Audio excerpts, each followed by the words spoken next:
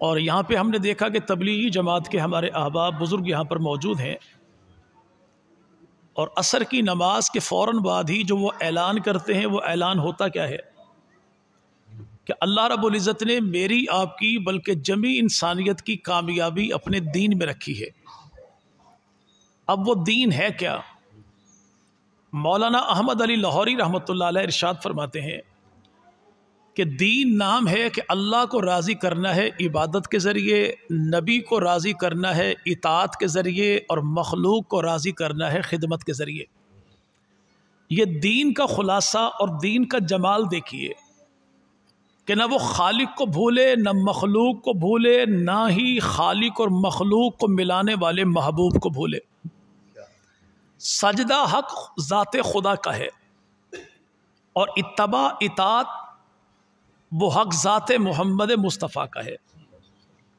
لیکن اگر کوئی شخص اللہ کے بندوں سے کٹ کے اس رب کو ڈھونڈنا چاہے تو وہ رب ملتا نہیں۔ اسی لیے کہنے والے علامہ اقبال نے کہا تھا کہ خدا کے بندے تو ہیں ہزاروں، بنوں میں پھرتے ہیں مارے مارے، میں اس کا بندہ بنوں گا جس کو خدا کے بندوں سے پیار ہوگا۔ تو وہ دین جو اللہ نے دیا وہ نام کس کا؟ کہ اللہ کو راضی کرنا ہے عبادت کے ذریعے، نبی کو راضی کرنا ہے اطاعت کے ذریعے، اور مخلوق کو راضی کرنا ہے خدمت کے ذریعے۔ ٹھیک ہے نا بھائی؟ اب وہ خدا کا لایا ہوا دین ہمیں ملتا کہاں سے ہے؟ محبوب کی چونکہ ذات بھی مبارک، صورت بھی مبارک، سیرت بھی مبارک ہے، تو اللہ نے اپنے محبوب پیغمبر کی پاکیزہ سیرت کو محفوظ کرنے کے لیے، اور یہ آپ حضرات بخوبی جانتے ہیں، اگر پانی ہم نے جگ میں بھر کے رکھا ہو تو عام سا پانی ہوگا، لیکن اگر کسی حاجی سے ہمیں گھونٹ مل جائے تو پھر کسی خاص برتن میں، بوتل میں ڈھکنا کس کے بچوں سے بھی کہہ دیں گے دھیان کرنا فریزر سے باقی بوتلیں اٹھا لینا کہ یہ بوتل نہ اٹھانا۔ کیوں؟ چونکہ یہ ساروں کے لیے ہے، لیکن ساری نہیں، قطرہ قطرہ ہی کافی ہے۔ جو چیز جتنی پاکیزہ ہوگی اس کو محفوظ کرنے کے لیے برتن بھی اتنا ہی پاکیزہ استعمال کرتے ہیں۔ رسول خدا مدنی کریم کی ذات بھی پاک، صورت بھی پاک، سیرت بھی پاک، شریعت بھی پاک، سنت بھی پاک ہے۔ تو اللہ نے محبوب کی سیرت کو قیامت تک کے لیے محفوظ کرنے کے لیے دو اسباب کو پسند کیا کہ اللہ نے محبوب کی صورت کو الفاظ میں ڈھالا تو کتاب بنا دی، افراد میں ڈھالا تو صحابہ کی جماعت بنا دی۔ رسول کرتے کیا ہیں یہ قرآن بتائے گا، لیکن رسول کرتے کیسے ہیں یہ پیغمبر کے صحابہ کی جماعت بتائے گی۔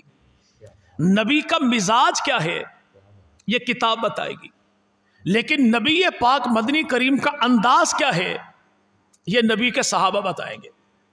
قرآن کا ہر حرف یہ دین ہے، اور جماعت کا فرد فرد تو یہ بھی دین ہے۔ کتاب پر ایمان لانے کا تقاضا یہ ہے اس کے ہر حرف کو مانا جائے، اور جماعت پر ایمان لانے کا تقاضا یہ ہے کہ اس کے فرد فرد کو مانا جائے۔ چونکہ قرآن کا ہر حرف یہ بھی نبی کی سیرت ہے، اور جماعت کا فرد فرد تو یہ بھی نبی کی سیرت ہے۔ یوں کہہ لیجئے کہ اللہ نے محبوب کو کتاب دی تو یہ بھی معجزہ، جماعت دی تو یہ بھی معجزہ، کتاب کا فرد فرد ہے تو یہ بھی، کتاب کا حرف حرف ہے تو یہ بھی معجزہ ہے، اور جماعت کا فرد فرد ہے تو یہ بھی معجزہ ہے۔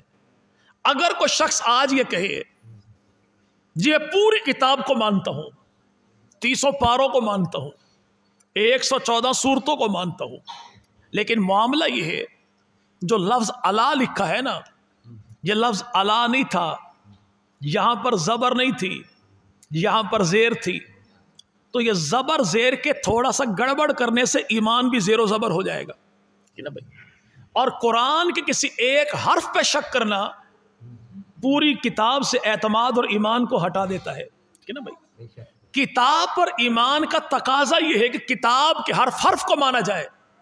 ایسے پیغمبر کے یاروں کی جماعت اگر کوئی شخص کہے میں ابو بکر کو مانتا ہوں، عمر کو مانتا ہوں، عثمان کو مانتا ہوں، علی کو مانتا ہوں، طلحہ کو مانتا ہوں، زبیر کو مانتا ہوں، سعد کو مانتا ہوں، سعید کو مانتا ہوں، مسلم کو مانتا ہوں، عقیل کو مانتا ہوں، جعفر کو مانتا ہوں، عباس کو مانتا ہوں، لیکن وہ نبی پاک مدنی کریم صلی اللہ علیہ وسلم کے چچا کا بیٹا ہے اور نام اس کا نوفل ہے، میں اس کو نہیں مانتا، یا پیغمبر کے سسرال میں فلاں کو نہیں مانتا، یا نبی کے دامادوں میں جناب نبی پاک کے داماد جناب علی کو نہیں مانتا، علی کی اولاد کو نہیں مانتا، تو یاد رکھیں کسی ایک فرد کے بارے بغض جو ہوگا تو جماعت پہ ایمان باقی نہیں رہے گا. کس لیے؟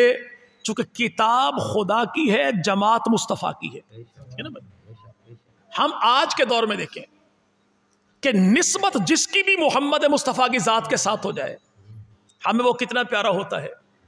آج کو بندہ حج عمرہ کرنے جائے، ہم دوڑے دوڑے جائیں تو حاجی دیتا کیا ہے؟ ایک گھونٹ پانی کا، ایک دانہ کھجور کا. یہی نا بھائی جی. ہم پانی پی کے، کھجور اٹھا کے کھاتے نہیں، کاغذ میں لپیٹی، جیب میں رکھی، گھر آئے بیوی کے حوالے کری، کھجور ایک ہے، بچے چار ہیں، ٹکڑے ٹکڑے کر کے سب کو دے دینا، گٹھلی پھینکنی نہیں، اٹھا کے اونچی جگہ پہ رکھ دینا. اگر کوئی پوچھے، کوئی بہت پڑھا لکھا جدید تعلیم یافتہ کسی سادہ مزاج بوڑھے سے پوچھے وہ اتنا احترام گٹھلی کا کیوں، تو وہ بوڑھا بابا جی ایک ہی جواب دیتا، پترا معاملہ کھجور دا نہیں، نسبت حضور دا ہے. چونکہ گٹھلی کھجور کی ہے، کھجور مدینہ کی ہے، مدینہ رسول کا ہے، رسول ذات خدا کا ہے. آج کوئی بندہ جو آ جائے اور ہم اس سے پوچھیں حج عمرہ کر کے آئے، ایک بات تو بتائیے کہ آپ نے اس کالے پتھر کو چوما تھا جس کو 14 صدیوں پہلے آمنہ کے لال نے چوما؟ کہنے والا کہتا ہے رش مش بہت تھا، برحال گرتا پڑتا ہاتھ لگا ہی آیا. کہتے واہ واہ تیرے بھاگ تیرے مقدر، تو نے اس پتھر کو چوما جس کو 14 صدیوں پہلے آمنہ کے لال نے چوما تھا. یعنی ہم پوچھتے کیوں ہیں بھائی تو نے پتھر چوما کیوں؟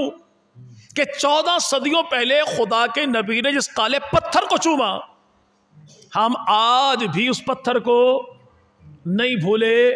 جب جس پتھر کو ایک مرتبہ خدا کے نبی چوم لے، ہم اس پتھر کو نہیں بھولے تو اس زہرا کے لخت جگر حسن و حسین کو کیسے بھول سکتے ہیں جن کو اللہ کے نبی چومتے بھی تھے، اللہ کے نبی سونگتے بھی تھے.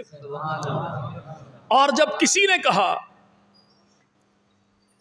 جی آپ ان کو سونگتے کیوں ہیں، اولاد تو ہماری بھی ہے، تو آمنہ کے لال نے فرمایا میں ان کے وجود کو کیوں نہ سونگوں کہ جن کے وجود سے جنت کی خوشبو آتی ہے. یہ رسول کی آل ہے.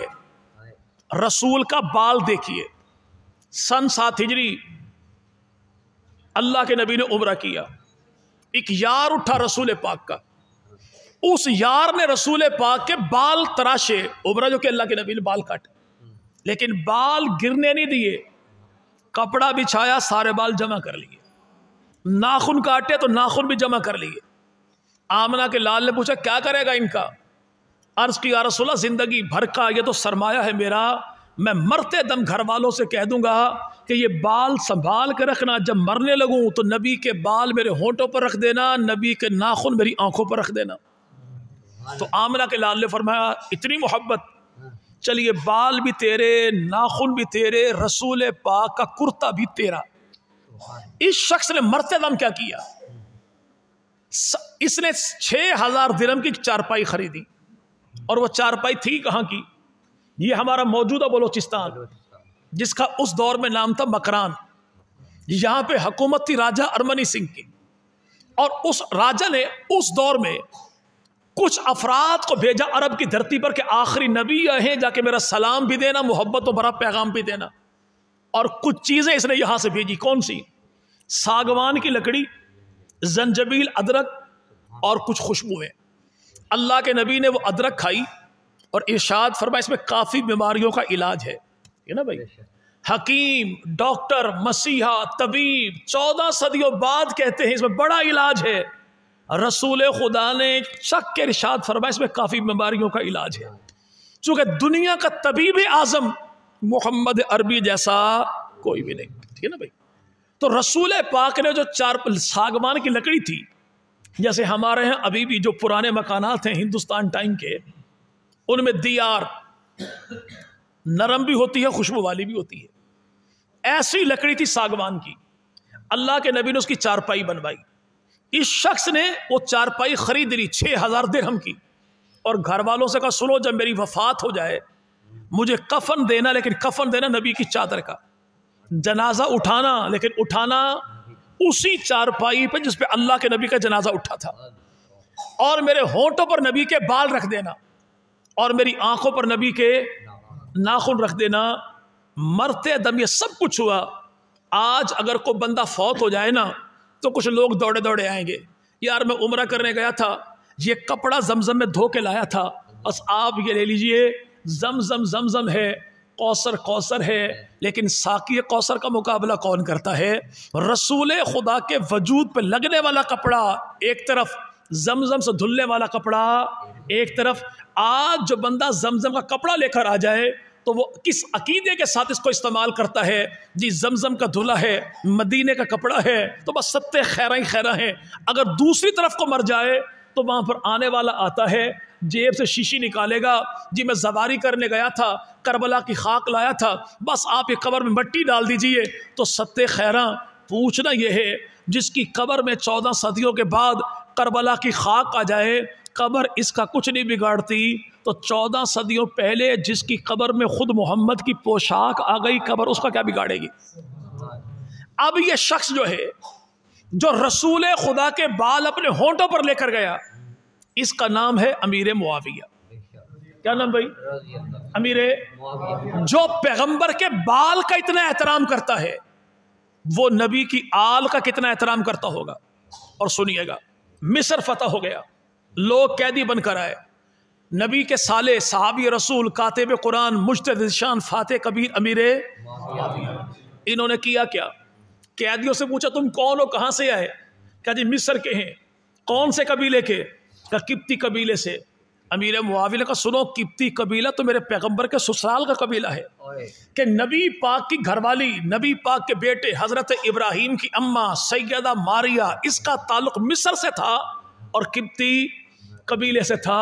تو حضرت امیر معاویہ نے کہا اپنے لوگوں سے ان قیدیوں کو آزاد کر دو، نقصان ان کا پورا کرو، آج سے قیدی نہیں ہے، یہ شاہی مہمان ہیں، پورا پروٹوکول دینا، ان کا نقصان پورا کرو اور حفاظت کے ساتھ ان کو مصر واپس چھوڑ کے آؤ. کسی نے پوچھا معاملہ کیا ہے؟ کہ نبی کا سسرال ہے اور نبی کے سسرال کے لوگوں کو ہم قیدی بنائیں، یہ بات ہمیں زیبا دیتی نہیں. جو 1400 سال پہلے نبی کے سسرال کا اتنا احترام کرتا ہے وہ نبی کی آل کا کتنا احترام کرتا ہوگا؟ اور احترام کرتے کتنا تھے؟ بریلوی مسلک کے نامور عالم دین ہے مولانا غلام رسول سعیدی، کتاب لکھی مرات المناجی، حدیث کی شرح ہے. اس میں لکھا کیا؟ حضرت امیر معاویہ کے سامنے جب حسن و حسین ملنے کے لیے آتے تو حضرت امیر معاویہ تخت اپنا چھوڑا جہاں پر بیٹھے تھے، خود نیچے اترے، حسن مجتبیٰ کو بٹھایا اپنی جگہ پہ، ہاتھ باندھ کے کھڑے ہو گئے. کسی نے کہا حضور یہ آپ کا بھتیجا ہے، اولاد کی جگہ پر ہے، عمر میں چھوٹا ہے، آپ حکمران ہیں، آپ اس کے سامنے غلاموں کی طرح کیوں کھڑے ہو گئے؟ تو جواب ایک ہی دیا کہ معاملہ یہ ہے کہ میں دیکھتا حسن کو ہوں، یاد خدا کے نبی آتے ہیں کہ حسن مجتبیٰ کے چہرے میں خدا کے نبی کا چہرہ دکھائی دیتا ہے، میں اس کا احترام کیوں نہ کروں جس کو خدا کے نبی نے اپنے جگر کے ٹکڑے کا ٹکڑا فرمایا ہے. سیدنا حضرت امیر معاویہ رضی اللہ، پیغمبر کے صحابی ہیں، پیغمبر کے صحابی. آج ہمارے علاقے کو کوئی سید صاحب آ جائیں اور بعض لوگ کہتے کیا ہیں بھائی یہ کتاب ہوگی فضائل اعمال، چونکہ درمیانی بات چیت کرتے ہیں نا بھائی ہمارے تبلیغی بھائی، جی بھائی اگر انہوں نے ہمارے لیے اپنا عمل چھوڑا تو انشاءاللہ ان کا عمل ہم پورا کریں گے نا بھائی. میں 1991 میں اس سائڈ پہ آیا اور اس کی وجہ تبلیغی جماعت تھی، ورنہ ماموں میرے ذاکر تھے، میں بھی اسی سائڈ پہ تھا نا بھائی. تو یہ چونکہ ہمارے محسنین ہیں تو اپنے محسنین کے احسانات کو بھلایا نہیں جا سکتا نا بھائی. رسول خدا کے صحابی کون؟ سیدنا امیر معاویہ رضی اللہ عنہ. اب یہاں پہ بعض لوگ کہیں کہ نہیں آپ سیدوں کو نہیں مانتے، تو یاد رکھیے گا کہ حضرت سیدنا علی المرتضیٰ رضی اللہ عنہ، ہم سیدوں کو یوں مانیں کہ رسول پاک مدنی کریم کی سمت میں ایک شخص گزرا، نام ہے اس کا جنید بغدادی، یہ شاہی پہلوان تھے، یعنی اس دور کے بادشاہ کے اکھاڑے کے سب سے تگڑا قسم کا پہلوان تھا. بادشاہ نے اعلان کر دیا اگر کوئی بندہ اسے گرا دے گا منہ مانگا انعام دوں گا.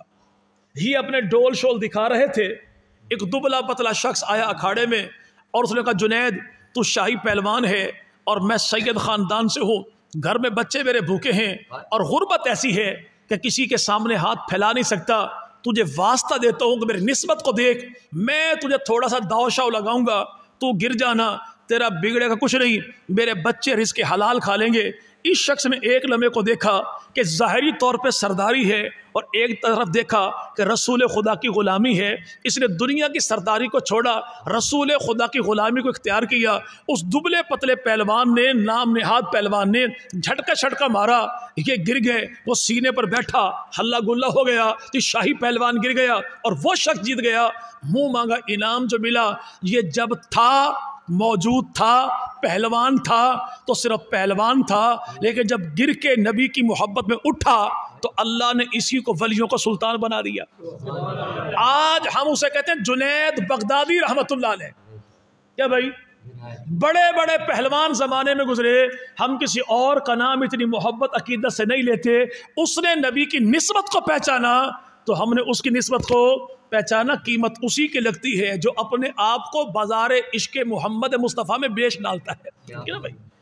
یہاں پہ سید کا معاملہ, حضرت علی المرتضیٰ نے 9 شادیاں کی. کتنی بھائی؟ جی بھائی 9 بیویاں ہیں جناب علی کی, 17 بیٹے ہیں جناب علی کے اور 27 داماد ہیں جناب علی کے. لیکن ہم جناب علی کے 17 بیٹوں کو سید نہیں کہتے. سید صرف وہ 2 ہیں کہ جن کی اماں کو سیدہ فاطمہ زہرا کہتے ہیں, ابا کو علی المرتضیٰ کہتے ہیں. ایک حسن مجتبیٰ اور دوسرے سیدنا حسین ابن علی.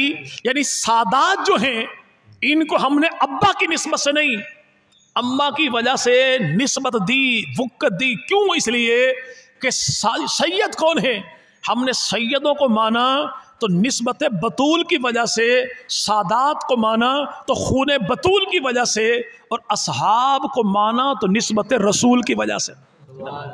اگر آج کے دور میں کوئی بندہ کہے جو فلاں سید ہے نا اس کے اعمال ٹھیک نہیں, تو ہم کہتے ہیں بھائی ہم نے اعمال دیکھ کے اس کو سید مانا ہی نہیں ہے نا بھائی, ہم نے تو اس کو سید مانا ہے خون بطول کی وجہ سے. ٹھیک ہے نا بھائی. اگر کوئی پیغمبر کا فلاں صحابی, تو بھائی فلاں صحابی وہ ہے جن کا فیصلہ اللہ کر چکا. رب نے بھی کہا سارے جنتی, نبی نے بھی کہا صحابی کا نجوم. رسول پاک کا ہر ایک صحابی اتنا قدر و قیمت والا ہے. اچھا بھائی آج مسجد نبوی میں اگر نماز پڑھی جائے کتنا ثواب بھائی؟ 50,000 کا. جی بھائی. اچھا جماعت کے ساتھ پڑھی جائے تو 27 گنا کر لیجئے. رمضان میں پڑھی جائے تو 1 لاکھ سے پھر ضرب دے لیجئے. ٹھیک ہے نا بھائی.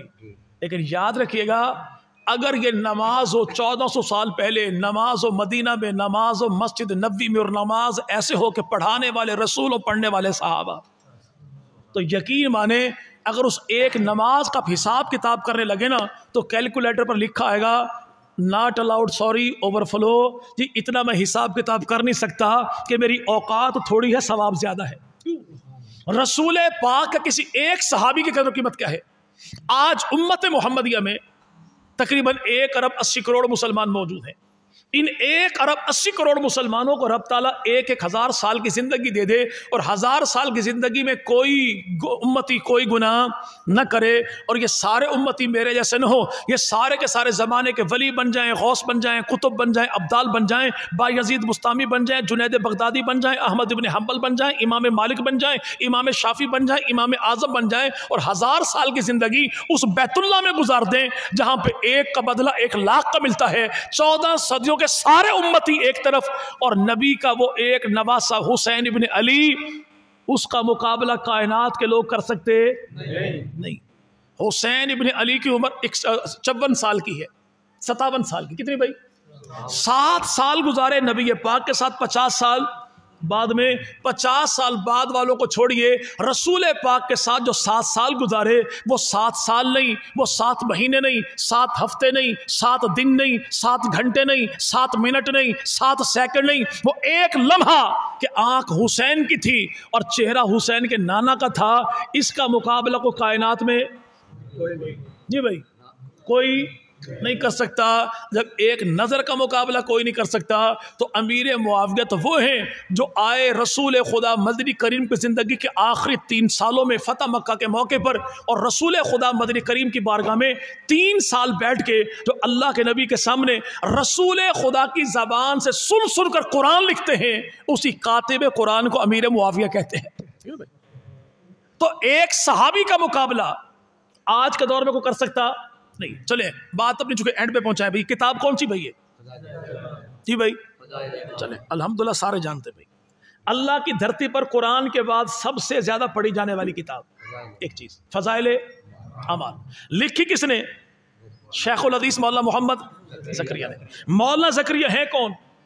مولانا الیاس رحم اللہ کے بھتیجے بھی ہیں اور مولانا الیاس رحم اللہ کے شاگرد بھی ہیں، ٹھیک ہے نا بھائی؟ یہ کتنے بڑے عالم دین تھے؟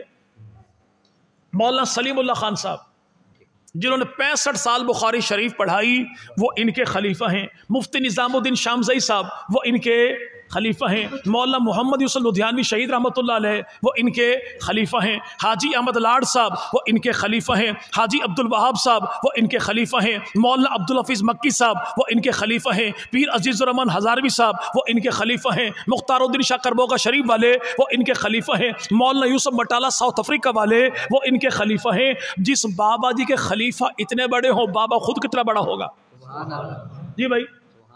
پیدا ہوئے ہندوستان میں، فوت ہوئے مدینہ میں، جنازہ ہوا مسجد نبوی میں جمعہ کے دن عصر کی نماز کے بعد، اور قبر کہاں بنی؟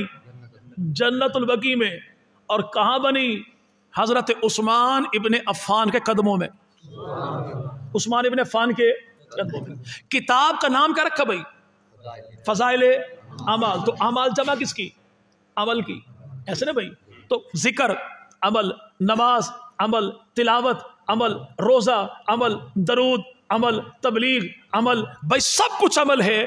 لیکن یہاں کتاب کے اندر ہوا کیا کہ فضائل اعمال کتاب کا نام لکھا، لیکن 200 صفحات پہ 12 ابواب میں، یعنی یہ پہلا حصہ یہ کیا ہے بھائی؟ یہ حکایات صحابہ۔ حکایات صحابہ میں کیا ہے کہ دین کی خاطر صحابہ کا سختیاں برداشت کرنا، اللہ کا ڈر و خوف نبی پاک کے صحابہ کے دلوں میں کیسا تھا، صحابہ کرام کا زہد کیسا تھا، فقر کیسا تھا، تقوی کیسا تھا، نماز کا ذوق شوق کیسا تھا، نبی پاک کے صحابہ کا اثار ہمدردی والا معاملہ کیسا تھا، نبی پاک کے صحابہ کا شوق شہادت کیسا تھا، اور نبی پاک کے صحابہ کا علمی ولولہ کیسا تھا، نبی پاک کے صحابہ کا حضور کی فرما برداری والا معاملہ کیسا تھا، عورتوں کا دینی جذبہ کیسا تھا، بچوں کا دینی جذبہ کیسا تھا، اور نبی پاک کے ساتھ نبی پاک کے صحابہ کی محبت کا معاملہ کیسا تھا۔ یہ 12 ابواب پہ یہ لکھا کس نے؟ شیخ الحدیث رحمت اللہ علیہ نے۔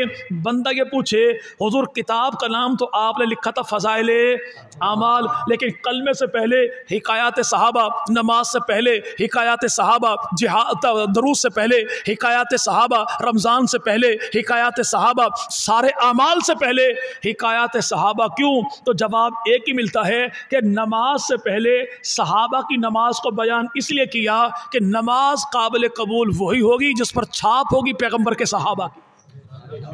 یعنی اعمال تو اللہ کی بارگاہ میں تب قبول ہوں گے جب وہ اعمال کیسے ہوں گے؟ نبی کے صحابہ کی مانند۔ میں نے شروع میں یہی کہا بھائی نبی پاک مدنی کریم نے کیا کیا ہے یہ کون بتائے گا؟ قرآن۔ لیکن کیا کیسے ہے یہ کون بتائے گا؟ نبی کے صحابہ۔ اب عمومی طور پہ ہوتا کیا ہے کہ ہمارے ہاں یہ 196 صفحات تک جو 12 ابواب ہیں ان کو تو ہم پڑھتے ہیں، لیکن یہاں پہ آگے ہے صفحہ نمبر 196 سے لے کر صفحہ نمبر 200 تک، اور یہ لکھا گیا کہ صحابہ کرام کے ساتھ برتاؤ اور ان کے اجمالی فضائل کیا ہیں، اور یہاں پر لکھے گئے معاملات کیا ہیں کہ شیخ الحدیث رحمہ اللہ ارشاد فرماتے ہیں کہ ایک ضروری امر پر تنبیہ بھی اشد ضروری ہے، اور وہ یہ ہے کہ اس آزادی کے زمانہ میں جہاں ہم مسلمانوں میں دین کے اور بہت سے امور میں کوتاہی اور آزادی کا رنگ ہے، وہاں حضرات صحابہ کرام کی حق شناسی اور ان کے ادب و احترام میں میں بھی حد سے زیادہ کوتاہی ہے، بلکہ اس سے بڑھ کر بعض دین سے بے پرواہ لوگ تو ان کی شان میں گستاخی تک کرنے لگتے ہیں، حالانکہ صحابہ کرام دین کی بنیاد ہیں۔ کس نے کہا؟ جی بھائی کس نے کہا؟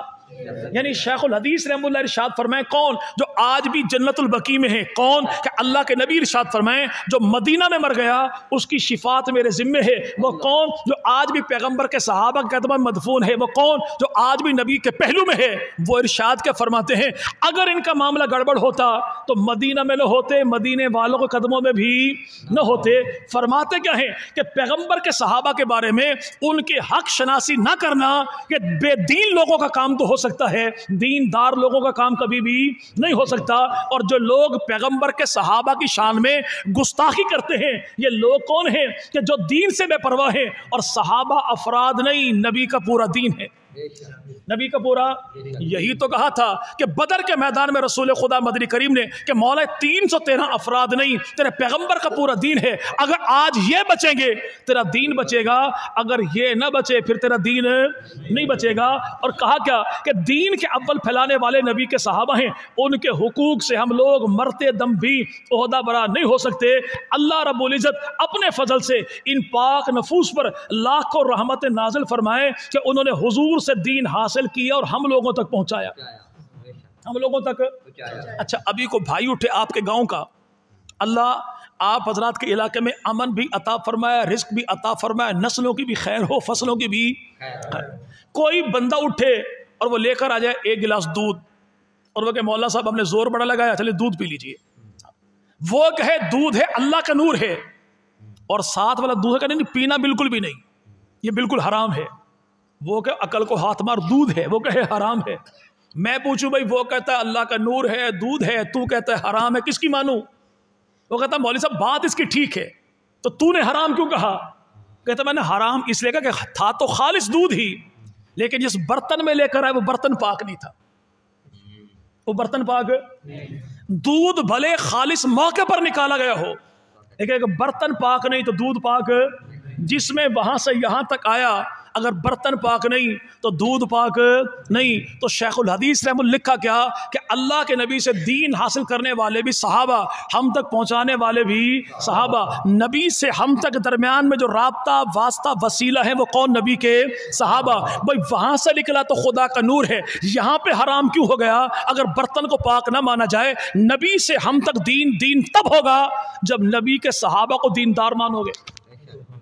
اگر صحابہ دیندار نہیں تو پھر ان کے ذریعے ہم تک ملنے والا دین بھی دین نہیں۔ اور یہ یاد رکھیے گا کہ ہمارے بر صغیر کی دھرتی پہ اگر دین یہ پہنچا، دین پہنچا محمد عربی کا ہے، لیکن پہنچانے والے کون؟ وہ جناب امیر معاویہ ہیں۔ کون ہے؟ آپ کہیں گے کیسے؟ بھائی اس بر صغیر کی دھرتی پہ سن 44 ہجری میں حضرت سنان بن مسلمہ وہ پہلا لشکر اسلامی جو آیا، اور ان کی قبر آج بھی پشاور کی دھرتی پہ اصحاب بابا کے نام سے مشہور ہے۔ ہمارے وہ تبلیغی بزرگ جو کے پی کے سے آئے ان سے تصدیق کر لیجئے گا کہ پشاور کے ساتھ جو قبور موجود ہے وہ کس کی؟ بتائیں گے سنان بن سلمہ کی۔ یہ کون ہے جی؟ اصحاب بابا۔ اصحاب بابا کون ہیں؟ سن 44 ہجری میں سیدنا محلب بن ابی صفرہ ازدی اتکی، ان کے ذریعے جو لشکر اسلام بر صغیر میں آیا دین پہنچانے کے لیے، وہ دور کس کا تھا؟ تخت کس کا تھا؟ تاج کس کا تھا؟ جھنڈا کس کا تھا؟ راج کس کا تھا؟ زمانہ بتائے گا نبی کے صالح صحابی امیر معاویہ کا تھا۔ اچھا اسی میں کیا لکھا کہ اللہ کے نبی ارشاد فرماتے ہیں کہ میرے صحابہ کی مثال یوں ہے جیسے کھانے میں نمک، کھانے میں اگر ہم دیگ پکائیں تو نمک کتنا ہوگا؟ 10 کلو، 5، 2.5، 1.5، کتنا؟ یہ تھوڑا سا۔ تو اللہ کے نبی کا اعجاز دیکھیے، اللہ کے نبی فرماتے ہیں کھانا اتنا، نمک اتنا سا، امت میری اربوں خربوں تک، یار میرے وہی 1.25 لاکھ۔ کتنے؟ امت اربوں خربوں تک پہنچ جائے، یار میرے تھوڑے سے، لیکن کھانا پک گیا، بکرا بھی ٹیڑھی، گھی بھی دیسی، مرچیں بھی کالی، لیکن ہوا کیا؟ کھانے والے لقمہ اٹھایا، کہا تھا کون یہ پکانے والا؟ بیڑا غرق کر دیا۔ بھئی ہوا کیا ہے؟ کہتا نمک نہیں ڈالا۔ اللہ کے نبی ارشاد فرماتے ہیں میرے صحابہ کی مثال یوں ہے جیسے کھانے میں نمک۔ اللہ کے نبی مراد کیا ہے؟ فرمایا کھانے کی لذت وہ نمک کے ساتھ ہے، اس امت کی عزت میرے صحابہ کے ساتھ ہے۔ اگر کھانے میں نمک نہ ہو تو لذت باقی نہیں رہتی. امت میں صحابہ نہ ہو تو امت کے پلے عزت باقی عزت باقی. تو آقا وہ صحابہ ہیں کون کون؟ تو قرآن کہتا ہے کچھ لوگ وہ ہیں جو فتح مکہ سے پہلے آئے، کچھ لوگ وہ ہیں جو فتح مکہ کے بعد آئے. بعد والے پہلوں جیسے نہیں، بعد والے پہلوں جیسے نہیں. حضرت امیر معاویہ ایمان تو لائے فتح مکہ سے کچھ پہلے، اور حضرت امیر معاویہ والد گرامی وہ ایمان لائے فتح مکہ کے موقع پر. لیکن یاد رکھیے گا امیر معاویہ ہی نہیں، امیر معاویہ کے ابا جی بھی حضرت علی کا مقابلہ نہیں کرتے. خود جناب امیر معاویہ فرماتے ہیں کہ اللہ نے جو شان عزت و عظمت حضرت علی کو عطا کی ہے، میرے بابا کی پوری اولاد مل جائے تو علی کے وجود کے ایک حصے کا مقابلہ کوئی نہیں کرتی. ہم چونکہ اہل سنت ہیں، اللہ کے نبی نے جسے دیا، جتنا دیا، جو دیا، جیسے دیا، ہم تسلیم کرنے والے ہیں، انکار کرنے والے نہیں. چونکہ ہم منکر صحابہ بھی کوئی نہیں، منکر اہل بیت بھی کوئی نہیں. جو یارانے کا انکار کر دے ہم اس کو رافضی کہتے ہیں، اور جو گھرانے کا انکار کر دے ہم اس کو خارجی کہتے ہیں. رہا یہ معاملہ جس سادات کو مانتے ہو الحمدللہ، لیکن سادات کو مانتے تو ہیں لیکن نسبت بطول کی وجہ سے. لیکن اگر سید کے اعمال ٹھیک نہ ہو تو پھر عزت کی جائے گی اس کی. اچھا یہ پکا وہابی بندہ کہتا نہیں ہے نا بھائی، ہمارے اکابر نے لکھا اس کی عزت کی جائے گی. عزت دیوبند کے اکابر نے اپنی کتاب میں لکھا. کیوں؟ کہ اس لیے کہ اس کی مثال سونے کی ڈلی کی طرح ہے. چیز قیمتی تھی، گر گندے پانی میں گیا تو اس کو گندے پانی میں نہیں چھوڑیں گے، صاف کریں گے. بھائی اپنی قدر شناس. اگر ہو سید لیکن اعمال ٹھیک نہ ہو تو اس کی مثال ایسے جیسے قرآن پاک کی چھپائی کے دوران ڈبل چھپائی جو ہو جائے کاغذ پہ، صفحے پہ، زبر زیر کا پتہ چلتا نہیں ہے.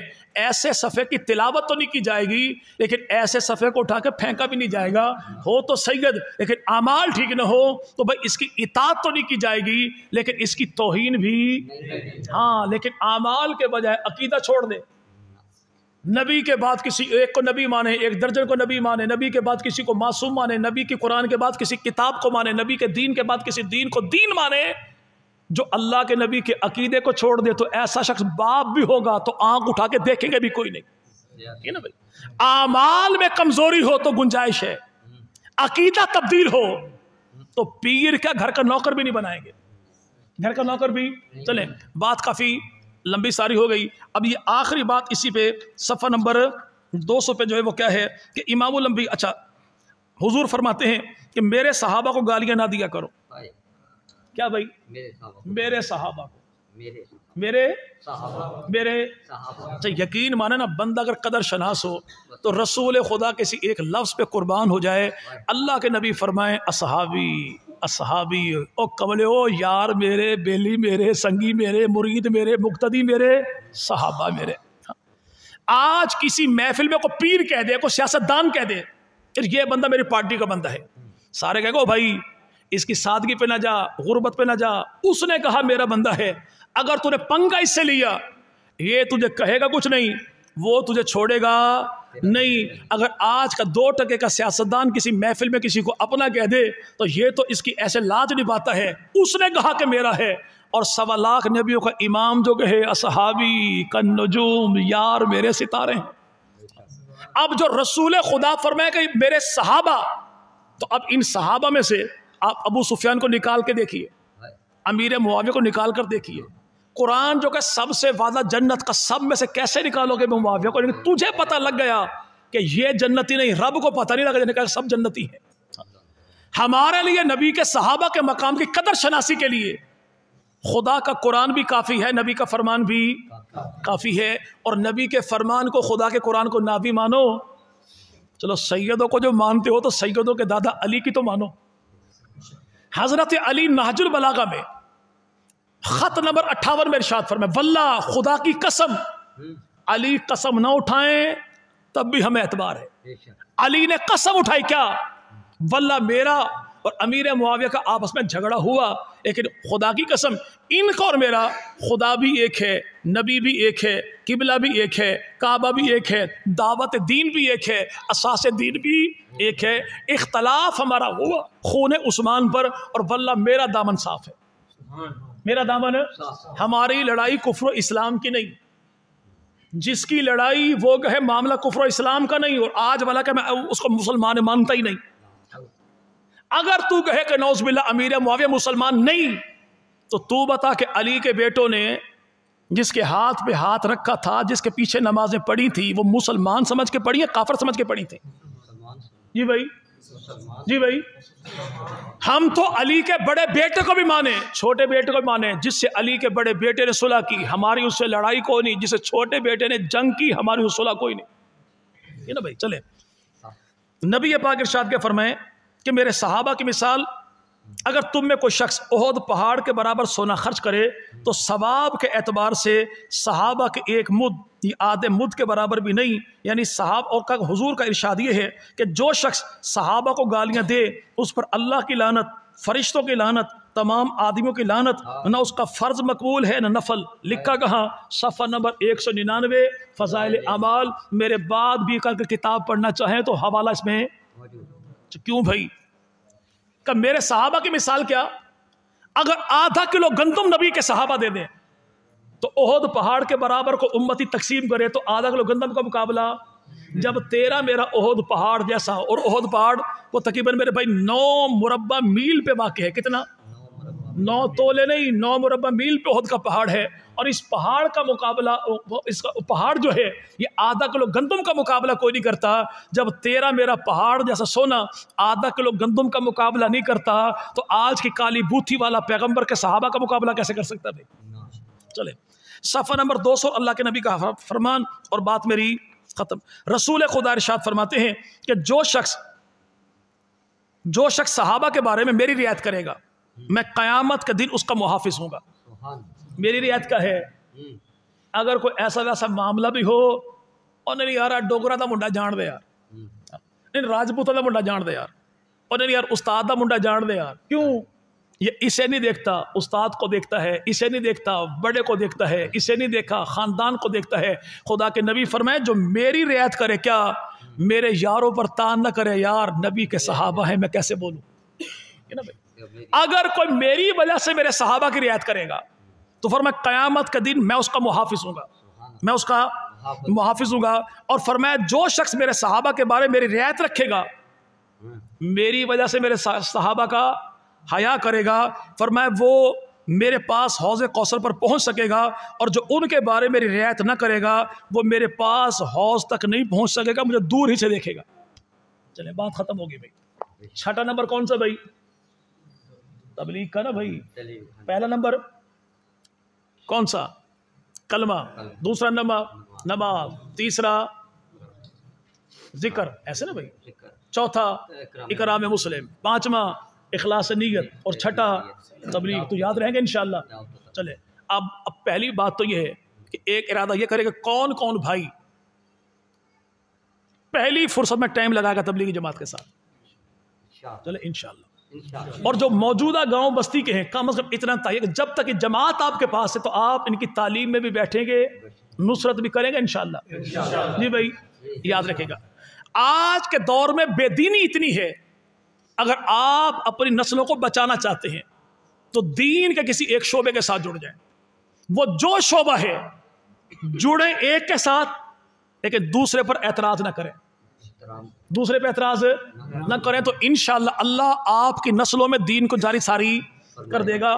اللہ کے نبی جو میری وجہ سے میرے صحابہ کا احترام کرے گا کیا ہوگا؟ وہ حوض کوثر پر میرے ساتھ ہوگا، اور جو میرے صحابہ کی قدر شناسی نہیں کرے گا تو فرمایا قیامت کے دن وہ دور سے دیکھے گا، میرے نزدیک نہیں آئے گا۔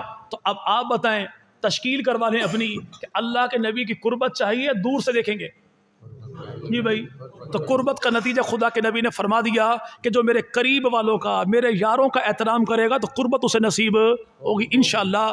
ہم اپنی زبان کو کسی اور مسلمان کی جب زبان بدگمانی سے آلودہ نہیں کرتے تو جن کو اللہ نے پاک پیغمبر کی صحبت عطا کی ان کے بارے میں بھی اپنی زبانوں پر بدگمانی کبھی نہیں لائیں گے۔ رب تعالیٰ تشریف لانے والے تمام احباب کی جان میں، مال میں، عزت میں، آبرو میں، آل میں، اولاد میں، نسلوں میں، فصلوں میں اللہ برکتوں کا فیصلہ فرمائے. زمین و آسمان کی تمام تر آفات و بلیات، بالخصوص کرونا، سیلاب، زلزلہ، بے وقت کی بارشوں سے رب تعالیٰ امت محمدیہ کے بچے بچے کو محفوظ فرمائے، چپے چپے کو محفوظ فرمائے. وآخر دعوانا ان الحمدللہ رب العالمین.